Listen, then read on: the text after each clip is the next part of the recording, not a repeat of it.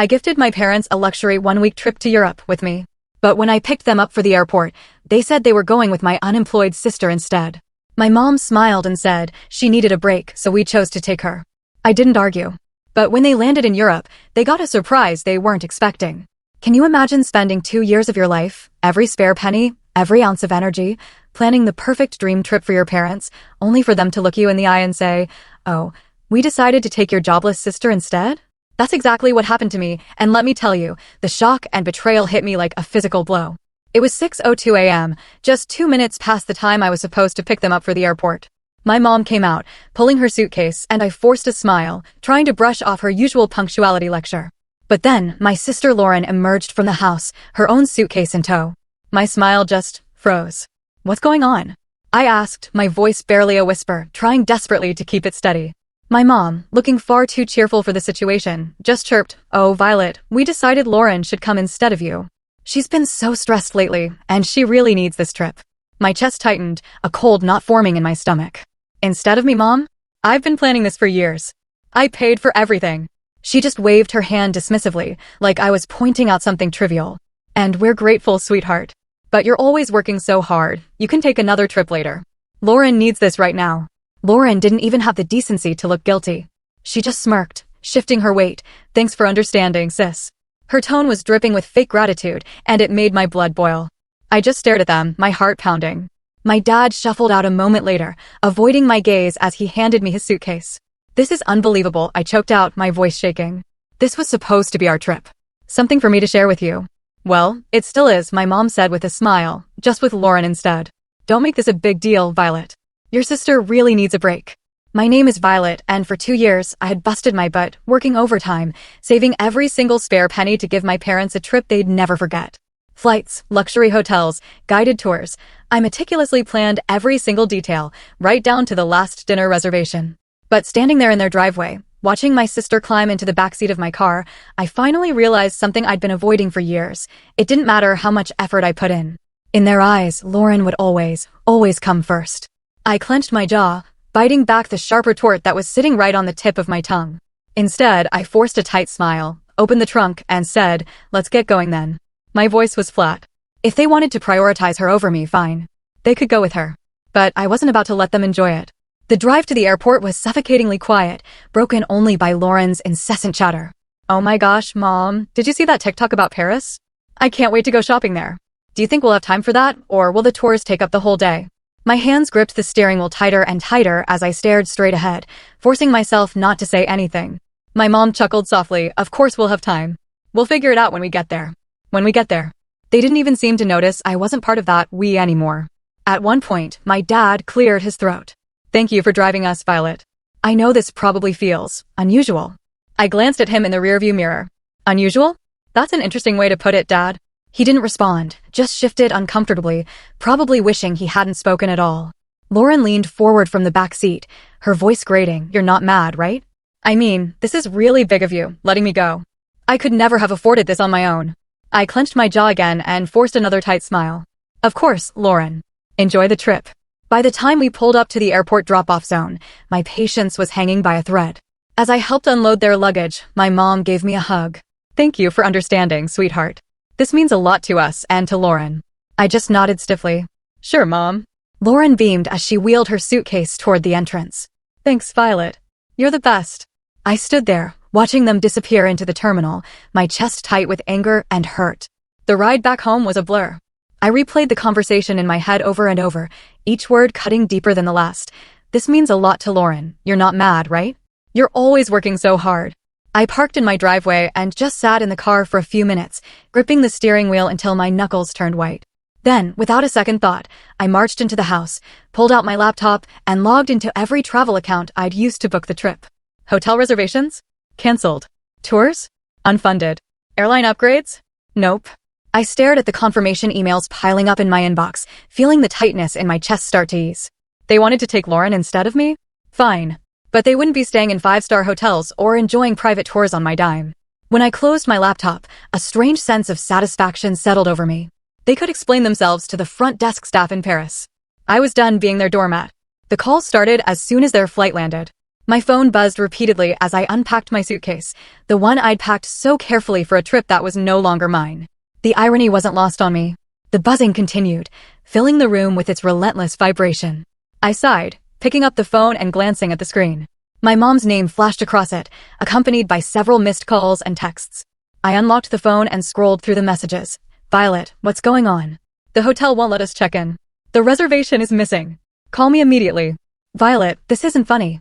Fix this now. A laugh escaped me before I could stop it. Fix this? They really thought I'd swoop in and save the day after what they'd done? The phone buzzed again, this time with a call from Lauren. I let it ring out, only for her to leave a voicemail. Violet, this is so petty, she snapped, her voice dripping with entitlement. We're stuck here because of you. You need to call the hotel and fix it now. I rolled my eyes and deleted the voicemail without listening to the rest. For years, I'd been their fixer, the one who smoothed over every mistake and picked up every slack. Not anymore.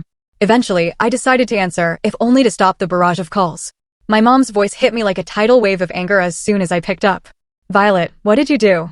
The hotel says the reservation was canceled and none of the tours are booked anymore. I let her rant for a moment, then calmly replied, I canceled them. There was a long, stunned silence before she hissed, why would you do that? Oh, I don't know, I said, my tone laced with sarcasm. Maybe because you decided to take Lauren on my trip? You're lucky I even drove you to the airport. We thought you'd understand, she snapped. Understand what? I asked, my voice rising. That years of saving and planning didn't matter because Lauren needed a break? That my hard work meant nothing to you? Guess what, Mom? I don't understand and I don't care to. I hung up before she could respond and turned my phone off, tossing it onto the couch. The silence that followed was blissful and I felt like I could breathe again. If they wanted to prioritize Lauren, fine. But they could figure out the rest of the trip without me. The silence lasted only a day. By the next morning, my phone was buzzing again with calls and messages. At first, I ignored them. I spent the day cleaning the house and catching up on work. But curiosity got the better of me by evening. I opened my phone and braced myself for the storm of texts from my mom. Violet, you've gone too far. Your sister is in tears and your father is furious. We can't get into any of the hotels you booked for Lauren. You're acting like a child. I don't get why you're making this such a big deal. Just fix it already. And finally, from my dad, we need to talk. This isn't right. I set the phone down, shaking my head. For years, I'd been the one to fix things, to make sure everyone was comfortable and happy. Now that I'd taken a step back, they didn't know how to handle it. I poured myself a cup of tea and sat down at the kitchen table, letting the anger simmer. How dare they expect me to clean up their mess? How dare they act like I was the one in the wrong? The next call came minutes later, and this time I answered. Violet, my mom barked before I could say a word. This isn't funny anymore. We're stranded.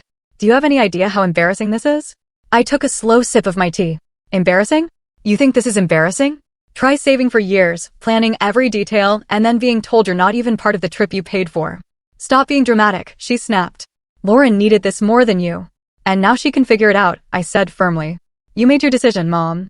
You wanted to take Lauren instead of me. Fine. But don't expect me to fund her vacation. We're family, she hissed. We don't do this to each other. I let out a bitter laugh. Funny, I was just thinking the same thing. Lauren's voice came through the background, whining, Mom, just hang up on her. She's being impossible. That was the final straw.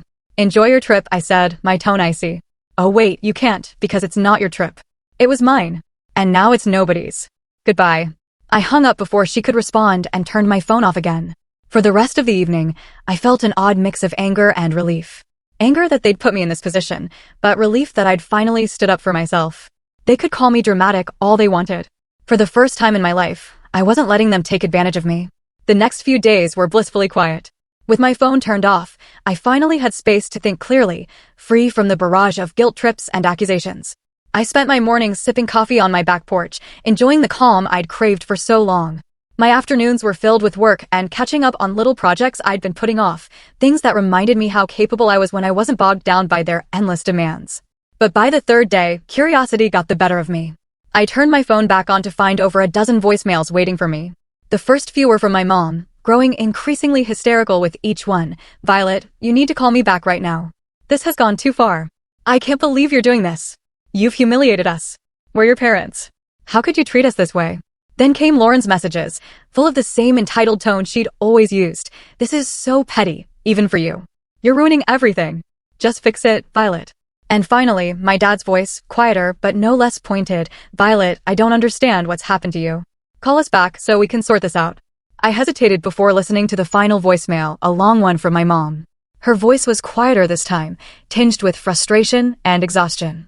"Violet," she began, "we're back at the airport now. The trip is ruined, and I hope you're happy with yourself. Your sister is devastated, and your father and I are, well, disappointed doesn't even begin to cover it. Call us when you're ready to talk." I deleted the voicemails without replying. I wasn't ready to talk, and honestly, I didn't know if I ever would be. This wasn't a one-time mistake. It was the culmination of years of them putting Lauren first and expecting me to accept it with a smile. As the hours passed, I found myself reflecting on all the times I'd been overlooked or dismissed. Every holiday where Lauren's whims dictated the plans. Every family gathering where my accomplishments were treated as afterthoughts. This trip had been the breaking point, but the cracks had been forming for years. That evening, Grace stopped by unannounced, carrying 2 cups of coffee and an unmistakable look of curiosity. "I heard about what happened," she said, setting the coffee on the table. "Your mom called me yesterday." Of course she had. My mom had always been good at recruiting allies when she wanted to guilt me into compliance. "And?" I asked, taking a sip. Grace shrugged, a sly smile creeping across her face. "I told her you were probably busy and would get back to her when you were ready." I laughed, shaking my head. "You're the best." "No, you're the best," she said, her tone suddenly serious, "because you finally stood up for yourself, sis. I know how hard that is, Violet. Don't let them drag you back down." Her words stuck with me long after she left. Grace was right. I'd spent too long bending over backward to please people who never seemed to care about my efforts. It was time to break that cycle once and for all. By the time the weekend rolled around, I felt a strange sense of clarity. The anger was still there, simmering under the surface, but it was joined by something I hadn't felt in years: freedom. Freedom from their endless expectations. Freedom from being the family's fixer. Freedom to finally live on my own terms.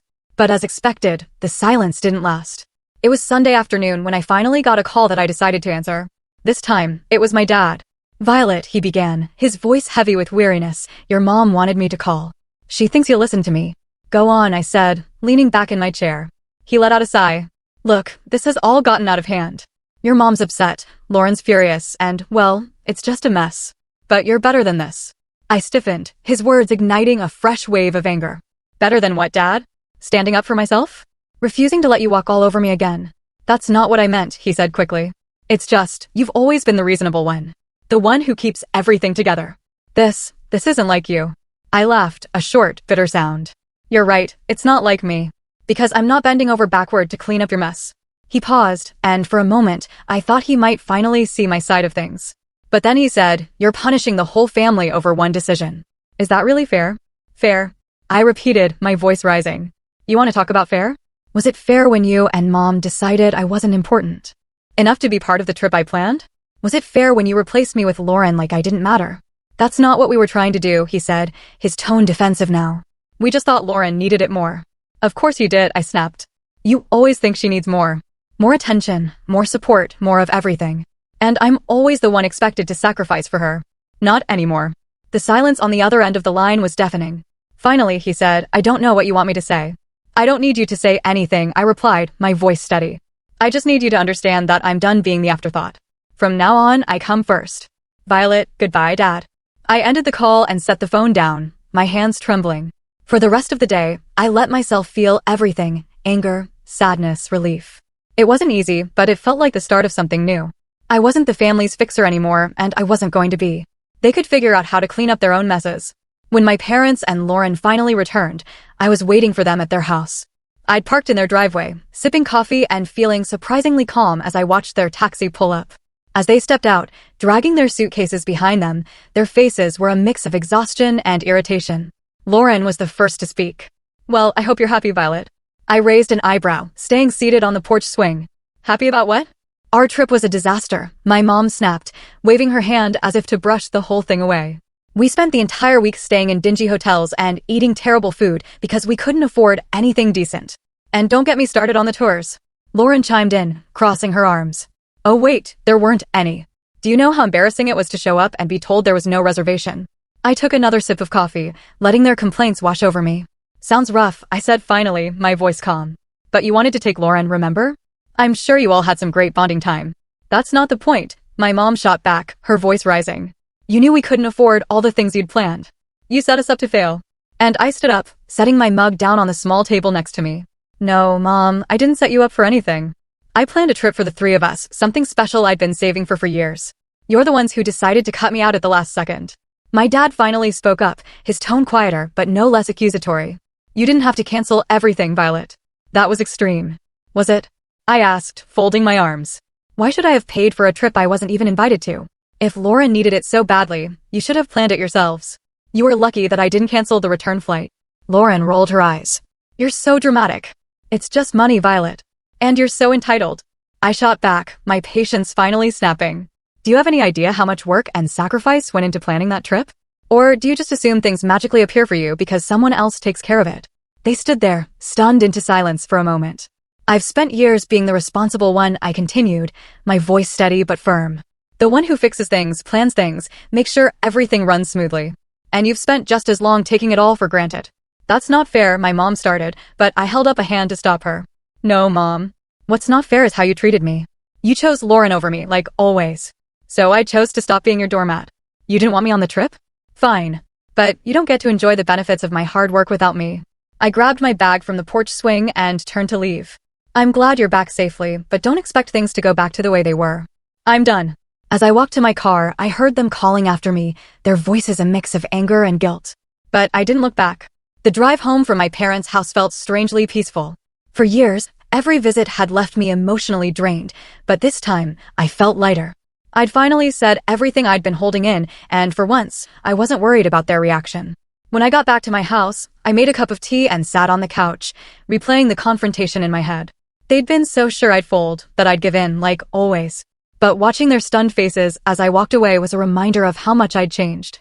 They could be angry, hurt, or embarrassed. It didn't matter anymore. I was done living my life to meet their expectations.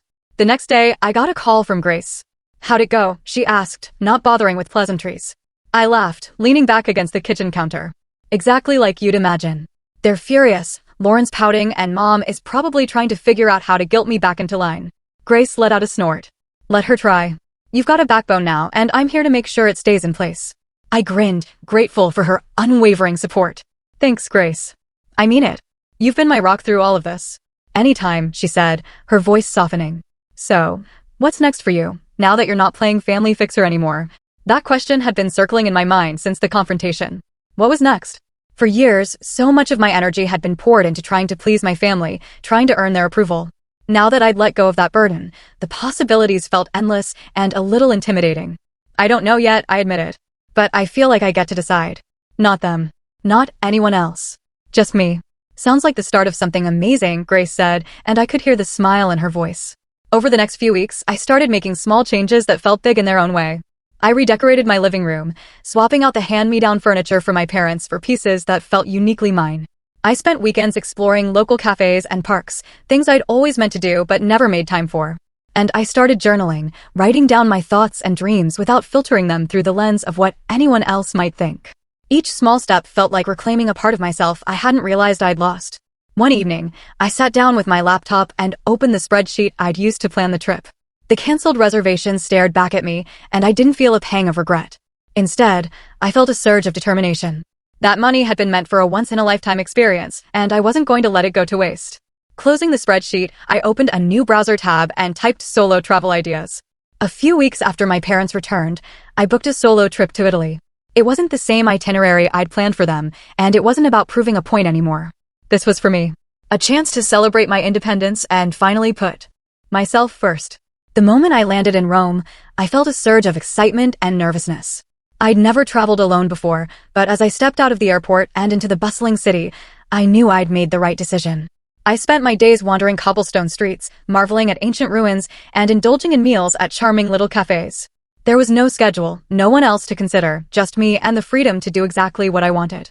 One afternoon, while sitting on the Spanish steps with a gelato in hand, I pulled out the journal I'd brought with me. For years, I'd written about what I wanted to achieve, but those dreams were always wrapped up in making someone else happy. Now, as I wrote, the focus shifted: learn a new language, start a small business, travel to at least 5 more countries. The list grew, each goal a reflection of the life I wanted to create, not the one I'd been expected to live. On my last night in Florence, I had dinner at a small family-run restaurant overlooking the Arno River. As I watched the sunset paint the sky in hues of orange and pink, I felt a deep sense of peace. This trip had been more than just a vacation. It was a turning point. I'd spent so much of my life trying to earn my family's approval, but here, thousands of miles away, I realized something important. I didn't need it. I was enough, just as I was. When I returned home, my parents tried to reach out again, this time with softer tones and carefully worded messages. "Hope you had a nice trip," one text from my mom read. "Maybe we can all talk soon." I stared at the message for a moment before setting my phone down. I wasn't ready to reply, and that was okay. This time, it would be on my terms. As I unpacked my suitcase and placed souvenirs on my shelves, I felt a sense of pride. A week after returning from my trip, I received a call from my mom. This time, I answered. "Hi, Violet," she began, her tone unusually soft. "How was your trip?" "It was amazing," I replied, keeping my voice neutral. "That's good to hear," she said, pausing as if searching for the right words. "We've been thinking a lot about what happened. Maybe we handled things poorly." The admission surprised me, but I wasn't ready to let her off the hook just yet. "Poorly? You replaced me on a trip I planned and paid for without even asking?" "Poorly is an understatement." "I know," she said quietly. "Your dad and we didn't realize how much it would hurt you." "And Lauren?" I asked. "Does she feel bad too? Or is she still blaming me for ruining her vacation?" "She's upset," my mom admitted, "but I think she knows she could have handled things better." I sighed, leaning against the counter. "Mom, this wasn't just about the trip. It's about years of putting her first and expecting me to pick up the slack. I'm not doing it anymore." "I understand," she said after a moment. "We're going to try to do better. We don't want to lose you." Her words tugged at something deep inside me, but I'd learned enough not to let guilt dictate my choices. "I'm glad to hear that," I said, "but it's going to take more than words to fix this. I need to see real effort, not just apologies." "You will," she promised. "We'll give you the space you need, but I hope you'll let us back in someday." After the call, I felt a mix of emotions, relief that they were finally acknowledging their behavior, and skepticism about whether they'd actually change. But as I sat down with my journal that evening, I realized something important. Whether or not they changed wasn't my responsibility. Over the following months, I kept my boundaries firm. I responded to their calls and texts when I felt like it, but I didn't go out of my way to fix things or smooth over conflicts. Instead, I focused on building the life I wanted. I signed up for a photography class, something I'd always dreamed of doing but never had the time or energy for. I joined a local hiking group and even started planning my next solo trip. Each step